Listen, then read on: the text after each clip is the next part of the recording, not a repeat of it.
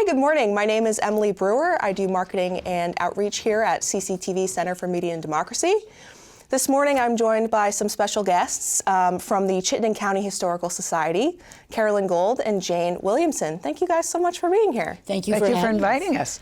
And the reason why these wonderful ladies are here with me this morning is because there is an event over in Milton happening on April 12th, which is a Saturday, from 10 to 2 p.m. called Making Connections. It is a local historical society and museum showcase, which gathers, I think the number is up to 26 now, local historical societies and museums into one space. It's at the Arrowhead Senior Center to share their stories, their information with members of the public. And it seems like it's going to be a really incredible event. All local, mostly from Chittenden County, but not just Chittenden County.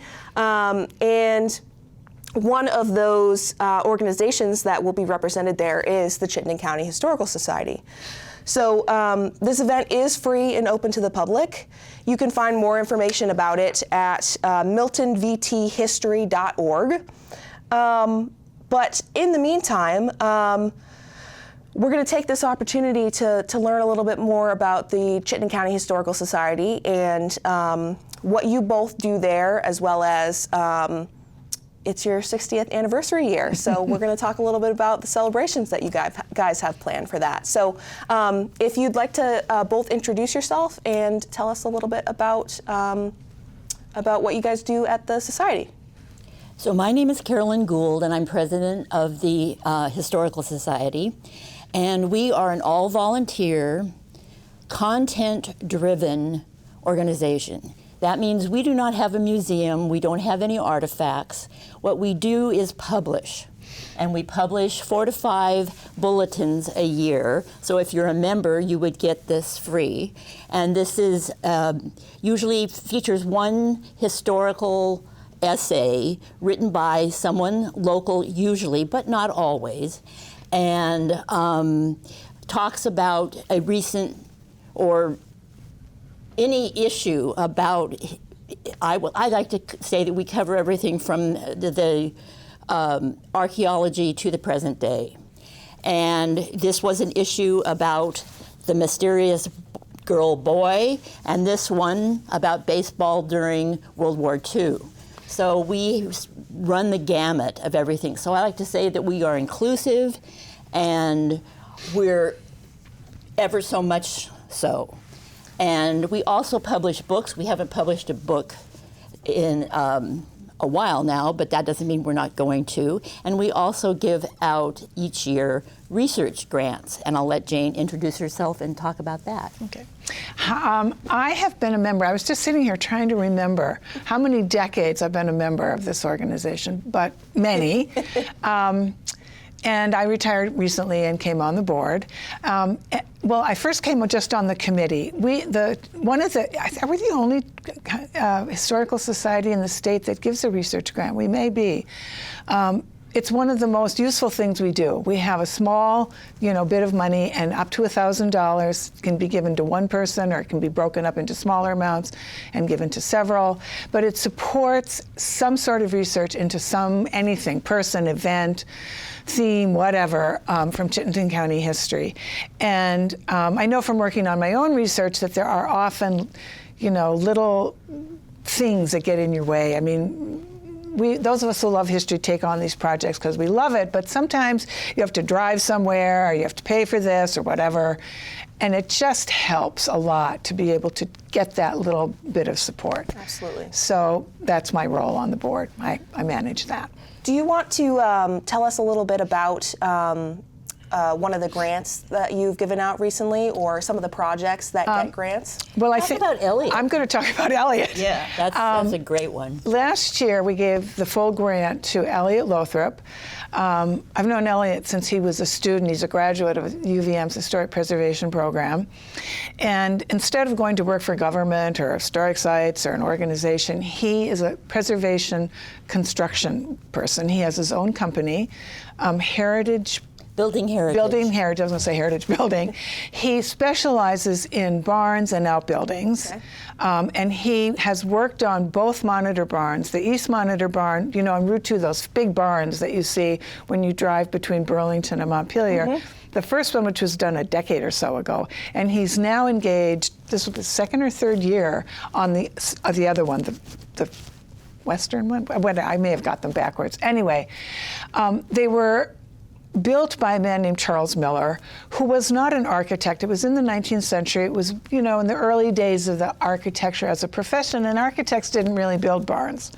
But barn technology, and it's like covered bridge technology, these early timber framing technologies were not simple. I mean, these people had tremendous expertise and skill.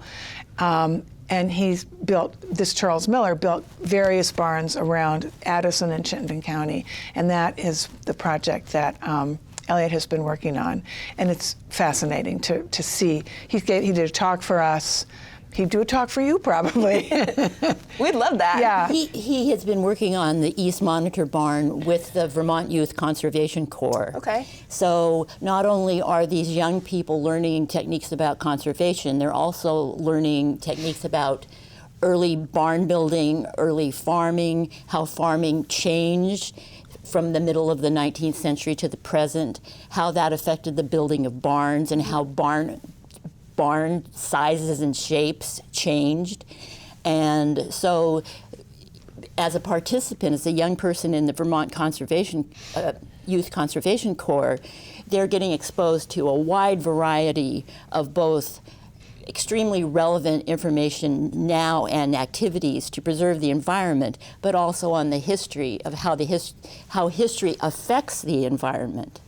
So it's a really fascinating program. And the other thing that we visited not last summer, somewhere before, the engineering. I mean, the barn is in floors, and one of the floors got pushed forward, and so it was out of skew. And it's massive. When you drive by and you see it, you wave at it right on your way to Montpelier. But when you're standing next to it, you get a sense of just how enormous it is.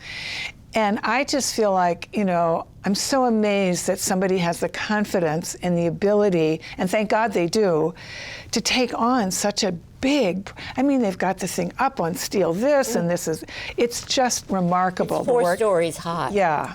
It's really, it's incredible, the amount, and it's important that there are people out there that are willing to do that. Yes, exactly. And thank you to the Vermont Historic Preservation Program. They give my alma mater Yes, the UVM Historic Preservation Program is an amazing organization, and we'll have some announcements to come at our 60th anniversary party about that.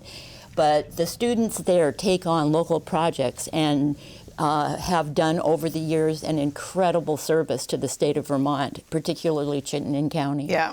Well, and it sounds like the kind of breadth of projects that the Chittenden County Historical Society supports is really large, which is really great. And so I want to give you the chance. You just mentioned it. 60 years is a really long time, and it sounds like you have a really special anniversary event planned. Would you like to tell folks about that? Well, everyone is invited to our 60th anniversary celebration. We are holding it in conjunction with the Allen Homestead Museum. It will be August 16th to 17th. And that coincides with what they call Fanny's Weekend. Fanny Allen was Ethan's wife, and she has also been called Vermont's first botanist. The weekend coincides with the harvesting of flax, and flax is a very difficult plant to harvest. It's even more difficult to manipulate it so that it can be turned into thread, which can then be woven. It's a huge process. And this weekend highlights those farm activities, many of which gave rise to industry, such as weaving and mills. as in Winooski Mills and the Chase Mills. Okay. But those were all crafts done in the home first. And Fanny collected all kinds of plants, and her work is in the Vermont Special Collections, or the herbarium, I guess. Yeah. And so we thought this was a good time for us to join forces. We would celebrate our 60th birthday, and they would have their regular Fanny's weekend. On Saturday, we'll have cake, and we'll have a special speaker in our annual meeting. And on Sunday, they will have another speaker. We're going to have all kinds of fun activities for kids and adults. They can be ongoing demonstrations, or they can be teaching of games or show and tell, like bringing something from the past and saying, what is this? I mean, I would love to have somebody teach kids how to do the yo-yo. Or that's considered, okay. Something that people just don't do anymore. Right. Can you do it? Of course I can. Well, then you can teach it. No. But we're inviting all the historical societies in Chittenden County to participate, and anybody else who wants to participate. And we would love people to come to this event. It's free for all Vermont residents for the entire weekend. And I think it's going to be a lot of fun. We'll have things for sale. And we already have one person from Jericho who's going to bring his antique car and let kids Whoa. beep the horn and look things in. We want it to be really hands-on and real show and tell, and including what is this thing? Yep. Or dress up, or something that really engages everybody. So that history comes alive, hence our title, which is History Alive, the CCHS at 60. So everybody's invited. Remind us of the date of that. August 16th to 17th. It opens at 10. The demonstrations and all that end at 2. There will be talks on both days. We'll announce the speakers later. They'll be at 2 o'clock with a question and answer period afterwards. So I just posted on Facebook. I know that Ethan Allen will be posting and promoting it, the Homestead Museum, and it's a joy to work with them and with Angie Grove, their director. She's wonderful. Yes. So is Facebook the best way for folks to have the most updated information, or your website? They can go to our website. We've just updated it. It's cchsvt.org. And we'll be adding information there as soon as we get some commitments from people. I don't want people to get all excited about something and it not showing up. Yeah. So we're going to be promoting that at the Connections event and our research grants. And we'll also be selling books. And one of the books that we published, what is it now, 50 years ago? Yeah, I think it is. Oh, wow. I didn't realize it was that long ago. Okay. Is our 3-volume guide to Burlington neighborhoods. They'll be available for a special price of $30 for the set, 3 volumes. It covers every neighborhood in Burlington. These are $15 a piece. We have a limited supply, but they're fascinating and heartbreaking at times for some of the houses that have been destroyed. Yeah. But you really get a sense of these neighborhoods. And what's interesting is that many of them still have the same identity. Okay. Or they kind of reflect a sensibility. Sure. So when people talk about the old North End or whatever, there's still a personality there. Another book that will be on sale is a book of one of the founders of the organization, and this is a book about Lillian Baker Carlisle. And Lillian was an amazing woman. She was the secretary to, and I think she was more of an aide, actually. I think she was almost like a curator also. Well, she became a curator, definitely, to Electra Webb at the Shelburne Museum. And she started out just sort of helping her acquire things. And as she worked with her over the years, she became an expert in things like silver, for example. Okay. And other things. So much so that at the end of her career, she was awarded an honorary doctorate by UVM. And this book is fascinating because she had kept scrapbooks her entire life. And so Incredible. Joanna Young, who put this together, went through her scrapbooks and then called out the significant events in her life. And if you're into things like fashion, which I am, you can go through this and you see her clothing and her taste change throughout the years. She was very stylish. Very, very stylish. But you can just see from some of these photos, she kept everything. Yeah. It's amazing to have those, firsthand sources. Right. And it takes talent to go through something like that and put it together in a book like that. So you're selling these at the Making Connections event and the 60th anniversary? Yes, both. Okay. And we also sell them on our website. Awesome, good to know. And these are really, really fun books.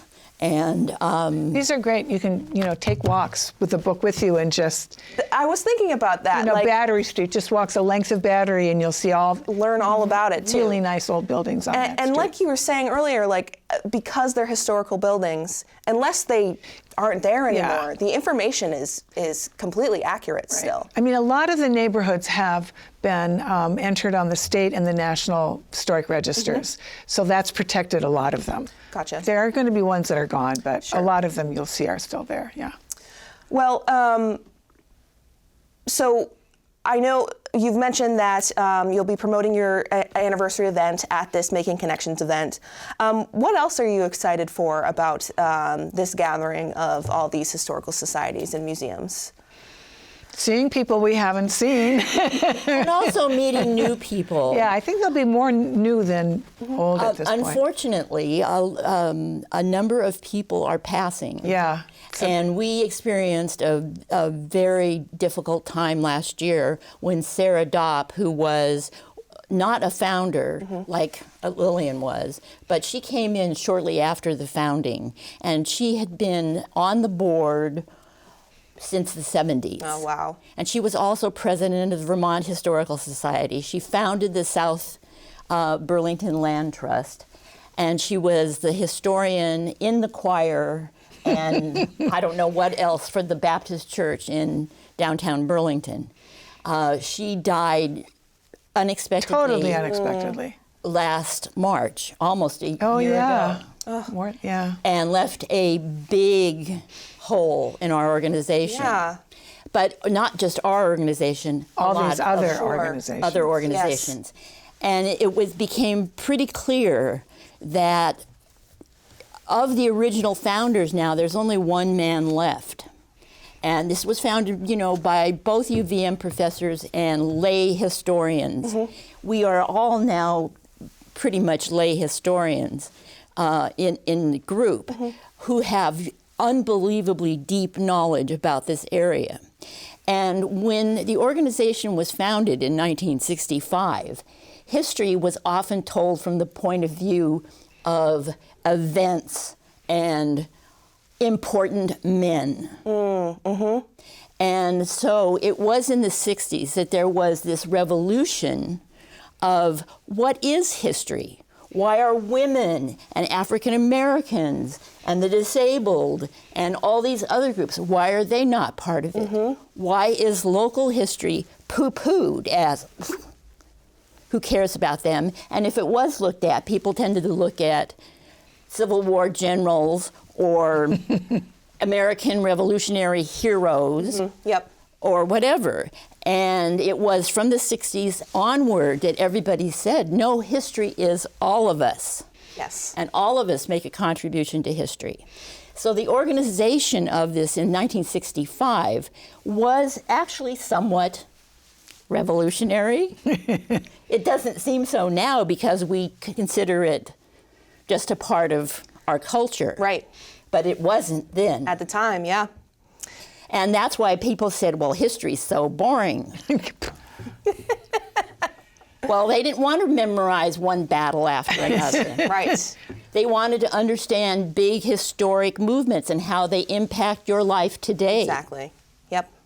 So, well, and it's so important to preserve that Absolutely. information. I think, especially as folks get older and you lose all of that knowledge, like making sure that it doesn't go with them, right. and that it continues on. And I think that's why it's really really important that you guys are also, you're funding the next generation right. Exactly. of research through these grants, and making sure that it continues. And which, like I said, like it's crucial right now. So I'm curious. Can you tell folks? I know you mentioned a membership. Tell folks a little bit about what that means. How can they get involved? Can they volunteer? Stuff along those lines. Yeah, membership, I don't know what the membership rates are. as low as 10 for a gift membership. We give discounts if you belong to another organization, so you can join at 15, or families at 25. And you get advance notice of all of our events. We have walks and demonstrations, tours, as well as talks. We just had a talk which we co-sponsored with the Williamson Historical Society, that was given by one of our board members about one of the crimes that occurred at the Griswold house. And she did it like a mystery. Oh, that's awesome. It was really awesome. Super cool. It was very cool. So And we welcome members. We can't live without our membership. Exactly. Yeah. They fund the organization and provide volunteer. We have, you don't have to come onto the board. You can take on a volunteer activity. I've been working recently with another one of our members on going through our archives. We have an extensive archive that's been piling up in special collections at the University of Vermont Library, and it needs to be culled. You'll get a bulletin as part of your membership. We have programs, and it's just, it's a very congenial group of people to hang out with. It sounds like it. Based on the conversation that we've had today, it's... And if you want to test it, come to this, and you'll see what history folks are like. And I think that this Making Connections event is a really great opportunity for folks who have not kind of dove into the realm of Vermont history to get a taste of, Chittenden County Historical Society is a little bit broader, but like you mentioned, there's a Williamson Historical Society. There's historical societies like... Every town. And we support all of those. Sure. And we often do co-sponsoring talks and things, because they are the ones who are collecting the materials that people identify with their towns. Yes. And we're kind of an umbrella organization that both supports them. And when this area was first settled, these towns were different. Yeah. And people kind of more identified with the larger area, even though the county isn't as strong as counties are in the West. People they may not have a direct connection to it, but they have a concept connection, which is great because we are a concept organization. Yes. Or semi-virtual. And I just want to say one more thing about this event, the timing of it. It's in the middle of April, and it's a really good opportunity because in about a month after this event, the museums, like the bigger museums that have to close during the winter months, will all be opening. The Homestead will open, and it's a good opportunity to kind of think about where you might want to visit this summer, trips you might want to take, how you might want to spend some of your time, especially if you have visitors. It's always fun to take visitors. So the timing of it, I think, is really helpful for people to plan some summer activities. Absolutely. Oh, and they're going to have lots of maple products. That'll get people there. Yes, absolutely. Give a Vermonter a maple creamy. And can't resist it. Well, Carolyn and Jane, thank you so much for being here with me today. Is there anything else that you would like to add, either about this event, about the Chittenden County Historical Society, anything that you'd like folks to know if they're watching this program? I just say it's time to get involved with history. Now more than ever. Absolutely. Okay. Well, thank you both for joining us today. And just a reminder that this Making Connections historical event is on Saturday, April 12th. And don't forget to stay tuned to the Chittenden County Historical Society website as well as their Facebook to learn more about their 60th anniversary event, which is happening August 16th and 17th. Yes. So I hope that this has inspired you to be a little bit more involved with your local history in whatever capacity you can. And thank you so much for watching.